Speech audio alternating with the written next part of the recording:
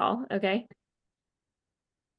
Welcome everyone to our first of 4 mini webinars about Lesson Magic this week. This one is about creating an effective lesson in minutes with Lesson Magic by Teaching Solved. My name is Hope Anderson. I founded Teaching Solved about 2 years ago because after so many years in higher education, teaching Spanish, interacting with language teachers, TAs, and tutors, I saw a lot of frustrations, a lot of time being spent on trying to make things effective, but the time was not always commensurate with the effectiveness, right? If you want to spend a lot of time on your classes, that's great, but then you want to see a big result. And I personally had done that. I saw a lot of TAs doing that.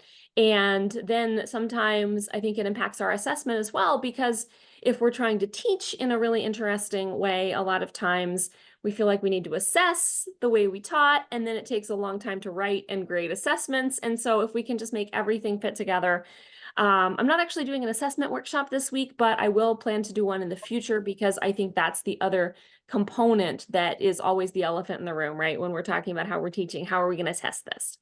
So I'm just going to jump right in and start sharing my screen and give you a little bit of information about the platform. So I'm going to demonstrate the Spanish one today. Oh, was that a hand? Sorry, Maria. Thought I saw a hand go up. I was happy that you're gonna offer something about assessment. Okay, yeah. So I specifically didn't include it this week because I want to really make sure that people know how to find that in the platform, and that's something that is on the list, but I can offer some assessment tips in the meantime, even though that's not really obvious in the platform yet. So that's kind of for a later date, but I definitely think about that when I think about how I'm teaching. How am I going to test this, right? So is everybody here from Spanish? I think so, right? Yes, me. Okay, perfect. I'm just going to demonstrate the Spanish one, but we also have English and French. Honestly, the Spanish is definitely the most built out just because that's what I teach. I didn't use the resources necessarily exactly like I didn't import the lesson plans that I've been using all these years, but it has impacted the way I develop the search, where I look for resources so that I can help other people find it more quickly, and how I use them as well. So the Spanish is the most built out, but I also have materials for French and English as a second language. So if someone is teaching one of those languages or teaching a methods class, there will be resources for the students from the different languages. So the way this works is, and people have pointed out how traditional this looks, and I really wanted to show you that that's intentional. The reason it's broken down into vocabulary, grammar, and culture is because that is what people look for when they are trying to put together a lesson.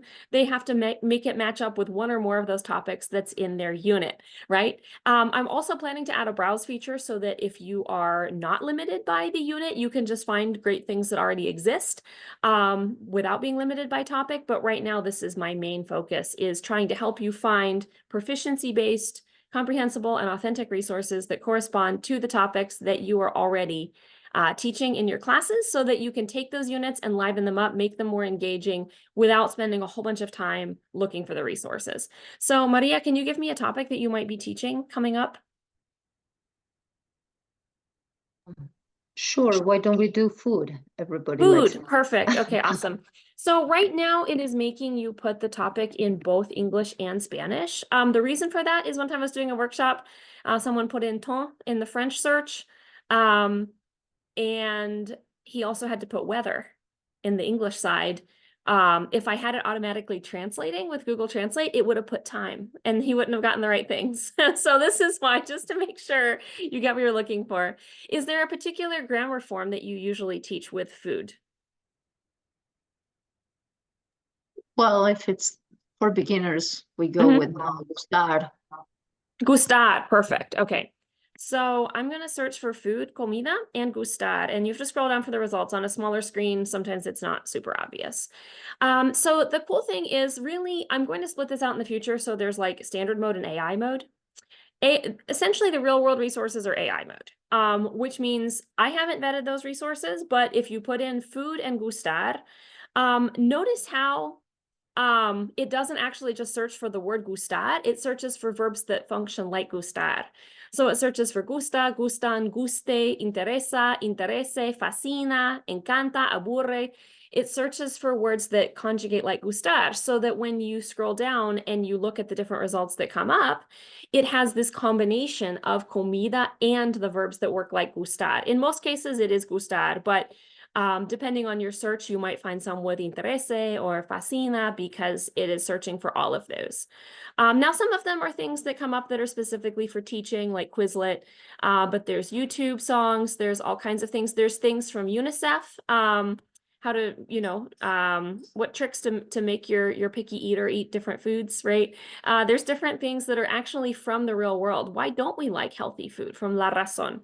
So there's things that might be at a higher level, but than your book, but you could pick out, like having the students find the main point or look at the photo captions, or, you can do things with the real world resources. Oh, here's odiar, right, is in here as well. So that's the sort of the AI mode, the real world resources. But then there's all these other things as well, like vocabulary lessons from different open educational resources that come up. And these are all free. The search engine is free. You can use all of this for free. There's videos. And honestly, the reason that I didn't have it search for just the word gustar is I don't want conjugation charts to come up. You know how to find those on your own.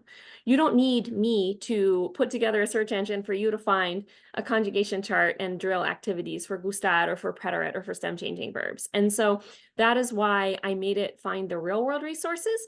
But then there's also sort of conversation and story videos from different sites, gustar with activities. It's not like fill in the conjugation. It's a video where they're conjugating it, but they're also using it to talk about activities. And so these are all things that are much more input-based, much more authentic or comprehensible. And if you want semi-contextualized grammar activities, there's also some on there as well. So it's just kind of an aggregator. It's to help you find different activities and resources that you can really use to put together a lesson that's more effective than just kind of, here's a verb, I'm teaching it, I'm testing it, I'm drilling on it, right? And then this is the part that is not free. But if you click on the ready-made lessons, the purple one, these are all the ones that I have made. For example, a 34-page PowerPoint that you can either purchase individually, or I'm going to give you the access code today so you can have a free month of all the resources. So this is they're all $6.99 individually on Teachers Pay Teachers, but if you subscribe monthly, from now through August 31st, you can put in the promotion code summer24. And when you put that in, it takes your total to $0. So you do still have to put in your payment information so that if you don't cancel after a month, it will renew. But what I do when I see your payment come through, or your payment of $0 come through, is I give you access to the full Google Drive. So I've probably made more than 30 PowerPoints for Spanish that are different activities like this, where I can just show you briefly what the Spanish ones look like. For example, so it's a little confusing. You have to click here first to subscribe and put the summer 24 to get a free month. But then if you already have that, you can go to your Google Drive, or you can click here. The problem is if you click here without subscribing first, it won't open. It'll just give you a request access button, and then I'll write back and say, did you click subscribe? So these lessons are basically themed around like your topic, like food and food preferences, compare and contrast typical foods. And then it lists the grammar. So it lists the verbs ER and IR, gustar, tener hambre. It does list the verbs. They don't all list the verbs that are used in this lesson, but since there were so many ER and IR in this one, and if you have to test in a more traditional way, I wanted you to know which verbs were included so that you would know which ones they've seen. But then I go through, basically, you could just open this up and use it for like 2 days of class. I mean, this would probably, if you do the extension as another day, it would probably be like 2 or 3 days of class, depending on the length of your class. You could just open it up, say, buenos dias, clase. Turn to each other and start talking. Depending on the level, you probably want to just keep establishing a routine with the useful phrases so that they would have them, so that it's easier for them to navigate it. In Spanish, it was so funny. I was showing this to a student who looked at me and said, I don't remember what llevar means. And I pointed, right? It's got the little takeout box, para llevar. So it's helping them get input, use it in context, right? Because I don't like when there's isolated input and then they have to create sentences when they've never seen the sentences, right? So I start with some of the isolated words, but then I go through right away, right? ¿Comes carne o eres vegano? ¿Qué carnes comes? And so then it goes through the traditional foods from Spanish-speaking countries that have become popular in the US. And each time it introduces one, they have to match the ones that were on the stamps with the names. And then each time it introduces one, it gives them a little description about it. I read all of these, and then they have to start describing them to each other. So they're getting to that sentence and paragraph level right away, even at the low level. Sorry, Alejandro, I just saw that you were suggesting preterite. We can do that one at the end if there's time. And then these videos, in the preview, it's not working when I click on them. So I'm gonna have to double check and make sure those links work. But I believe if you download this as a PowerPoint, those will actually be links to YouTube videos. If you have any trouble with it, let me know. Because when you open it in the browser, it doesn't seem to let you click. But then it goes through these different YouTube videos where, they're again hearing it in context. A mí me gusta la fruta. A mí también. And then, you know, all these things, there's an activity about what you find in your refrigerator. You have to make up a list, and then your classmate has to figure out what to do with it. So they're just getting a lot of that input in the language. And then at the end, I usually have an extension where they have to do some research on some other topic or write about what they talked about in class. And really that's, you know, you could use these as a model for, putting your own content.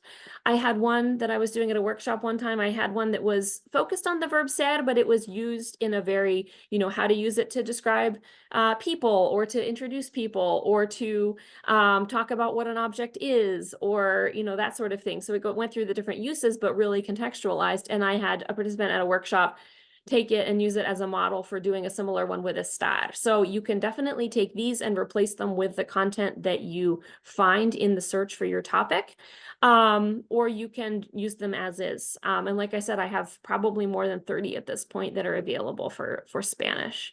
Let me look at the chat to see what the comments are. Oh, great. Yeah. So I just wanted to, we have about a minute left. If you have any questions, want to hang out a little bit, I can stop the recording anytime you want, and we can just see what you think. Thanks, I appreciate it.